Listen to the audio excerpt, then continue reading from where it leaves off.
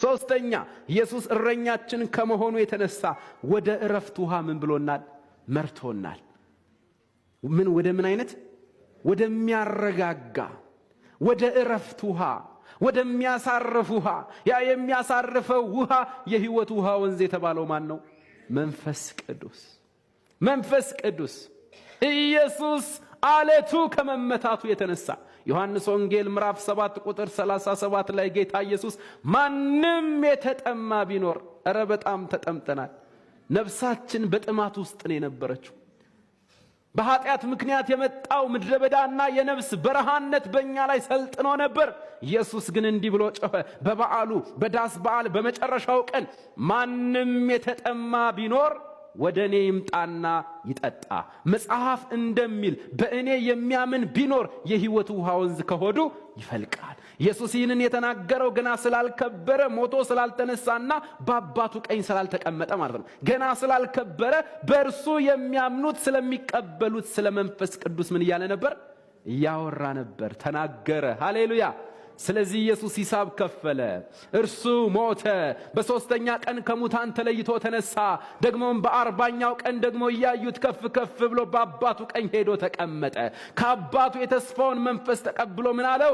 አፈሰሰው። ምድረ በዳነታችን ቀረ፣ የሕይወት ጥማታችን ቀረ።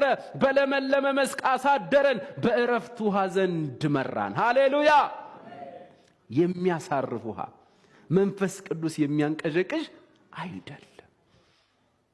አይደለም።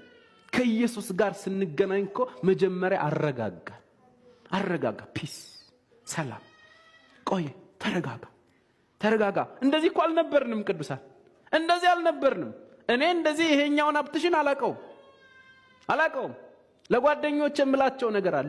እንዴት እንደዚህ ልትሆን ቻልክ አንተ ነው የሚሉኝ።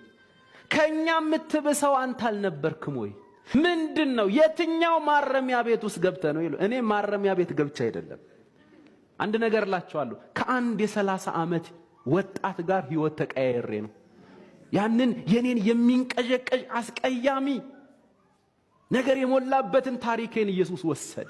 ያንን ህይወቴን እርሱ ወሰደ። የተረጋጋውን ህይወት ለኔ ሰጠ። የእርሱን ህይወት ለእያንዳንዳችን ሰጠ። ገና ወደ ኢየሱስ ስትመጡ ምንድነው ያደረገን? አረጋጋን። እስራኤላውያን ከግብጽ ሲወጡ ታስታውሳላችሁ? ሁልጊዜም ግብጽ በነበሩበት ጊዜ ያለቃ የጅራፍ ድምጽ አለ፣ ያለቆቻቸው ድምጽ አለ፣ የገራፊዎቻቸው ድምጽ አለ። ስለዚህ በሌሊት ተኝተው በሰላም ማደር፣ በሰላም ስላሳደርከኝ አመሰግንሃለሁ ብለው ገና እግዚአብሔርን ያህዌን ሳያመሰግኑ የጅራፍ ድምጽ ነው እያስነሳ